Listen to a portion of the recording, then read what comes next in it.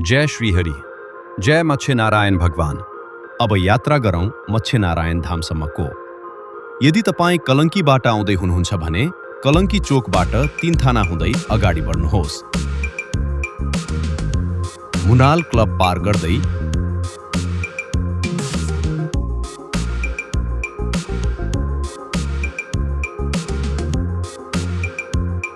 विष्णुदेवी मन्दिर क्षेत्र पुगिन्छ।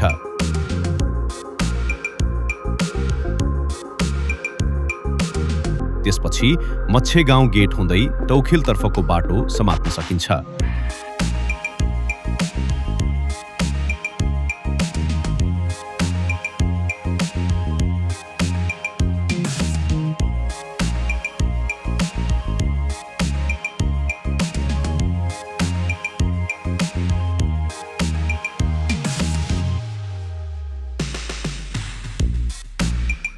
सडक यात्रा रमाइलो, शान्त र प्राकृतिक दृश्यले भरिपूर्ण छ।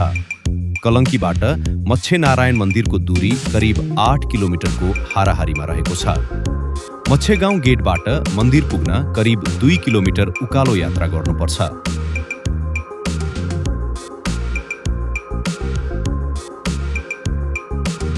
स्थानीय सवारी, माइक्रोबस तथा निजी सवारीको सहज व्यवस्था उपलब्ध छ। मच्छेनारायण बस स्टपमा ओर्लिएपछि केही मिनेटको पैदल यात्रामै भक्तजनहरू मन्दिर परिसरमा पुग्न सक्नुहुन्छ।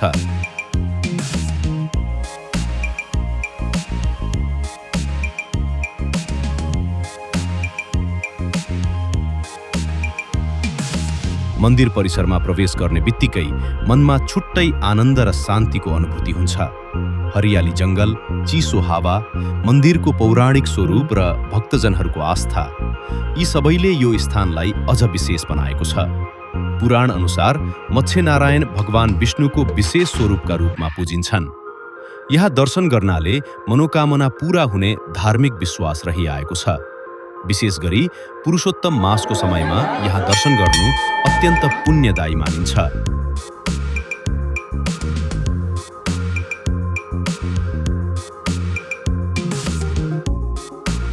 भक्तजनहरूले दीप प्रज्वलन, फूल अर्पण, तुलसी पूजा तथा भगवान विष्णुको विशेष आराधना गर्दछन्।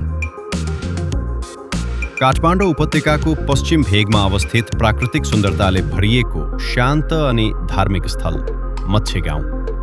यही पवित्र भूमिमा अवस्थित छ आस्थाको केन्द्र, श्रद्धाको प्रतीक, प्राचीन मच्छेनारायण मन्दिर। हरेक भक्तजनको मनमा शान्ति दिने यो पवित्र धाममा भव्य रूपमा पुरुषोत्तम मास मेला लागिरहेको छ। पुरुषोत्तम मास अर्थात् मल मास सुरु भएसँगै यो पवित्र मेला पुरा 1 महिनासम्म सञ्चालन हुनेछ। पुरुषोत्तम मास, जसलाई हिन्दू धर्ममा अत्यन्त पुण्यदायी महिना मानिन्छ। यो महिना भगवान विष्णुलाई समर्पित विशेष आध्यात्मिक समय हो। धर्मशास्त्र अनुसार यस महिनामा गरिने पूजा, दान, जप, तप र भक्तिले असंख्य पुण्य प्राप्त हुने विश्वास गरिन्छ। त्यसैले देशका विभिन्न स्थानबाट हजारौं श्रद्धालु भक्तजनहरू मच्छेनारायण धामतर्फ आकर्षित हुँदैछन्। मच्छेनारायण पुरुषोत्तम मास मेला केवल धार्मिक कार्यक्रम मात्र होइन, यो नेपाली संस्कार, परम्परा र आस्थाको महान उत्सव पनि हो। यहाँ वृद्ध-वृद्धा, युवा, बालबालिका, सबै उमेर समूहका मानिसहरू आस्था र श्रद्धासहित सहभागी हुन्छन्। धर्मले मानिसलाई सकारात्मक सोच, शान्ति र आत्मविश्वास दिन्छ। त्यसैले यो अवसर आध्यात्मिक ऊर्जा प्राप्त गर्ने विशेष समय पनि हो। विभिन्न भजन समूहहरूले भगवानको महिमा गाउँछन्। श्रद्धा र भक्तिले भरिएको वातावरणले हरेक भक्तजनको मन छुन्छ। यस अवसरमा श्रीमद् भगवत कथा वाचन, धार्मिक प्रवचन र आध्यात्मिक कार्यक्रमहरू पनि सञ्चालन भइरहेको छ। धर्मगुरु तथा कथावाचकहरूले जीवनमा धर्म, सदाचार, मानवता र भक्तिको महत्त्वबारे प्रेरणादायी सन्देश गरिरहेका छन्। भक्तजनहरूको सुविधाका लागि खानेपानी, विश्रामस्थल र व्यवस्थापन टोली परिचालन गरिरहेको छ। सुरक्षा व्यवस्थालाई पनि विशेष प्राथमिकता दिइएको छ।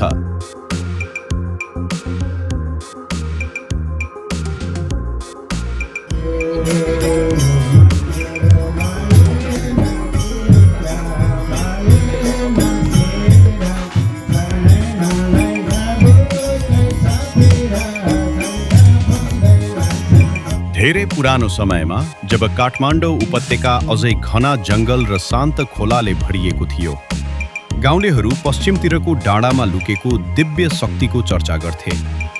एक साधारण माछा मार्ने मानिस दिनभरको थकाइले थाकेर मच्छे गाउँ नजिकैको चिसो मुहानमा आराम गर्न बस्यो। निद्रामा उसले भगवान विष्णुलाई देख्यो, जलबाट उदाउँदै तेजोमय रूपमा, मच्छे नारायणको रूपमा। निद्रा खुल्दा उसले चम्किलो ढुङ्गा देख्यो, जसको आकार विष्णुको मूर्ति जस्तै थियो। गाउँलेहरूले त्यसलाई पवित्र मान्दै मन्दिर निर्माण गरे। त्यस दिनदेखि मच्छे नारायण श्रद्धालुहरूको आस्थाको केन्द्र बने। विश्वास गरिन्थ्यो, जो कोही यहाँ शुद्ध मनले प्रार्थना गर्छ, उसको मनोकामना पूरा हुन्छ, दुःख हल्का हुन्छ र आत्मा शान्त हुन्छ। शताब्दीयों बिते पनि मन्दिर शान्ति र विश्वासको दीप बनेर रह्यो। विशेष गरी पुरुषोत्तम मासमा हजारौं भक्तजन यहाँ भेला हुन्छन्, भजन गाएर, दीप प्रज्वलन गरेर, तुलसीको पात चढाएर। शङ्खको ध्वनि डाँडामा गुन्जिन्छ र वातावरण भक्ति भावले भरिन्छ।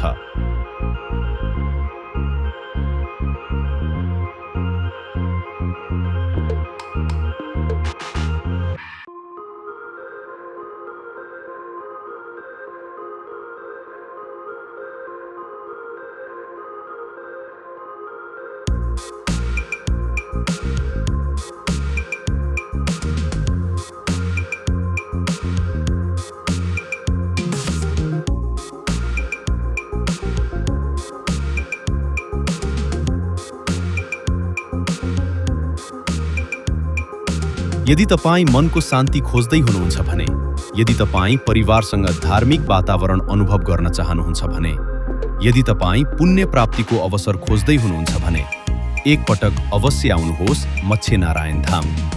प्राकृतिक सौन्दर्य, शान्त वातावरण र भक्तिमय माहौलले तपाईँको मन अवश्य छुनेछ। आउनुहोस्, हामी सबै मिलेर धर्म, संस्कार र आस्थाको यो महान मेलालाई अझ भव्य र सफल बनाऊ। परिवार, साथीभाइ र आफन्तसहित मच्छे नारायण पुरुषोत्तम मास मेलामा सहभागी बनाऊ। जय श्री हरि, जय मच्छे नारायण भगवान।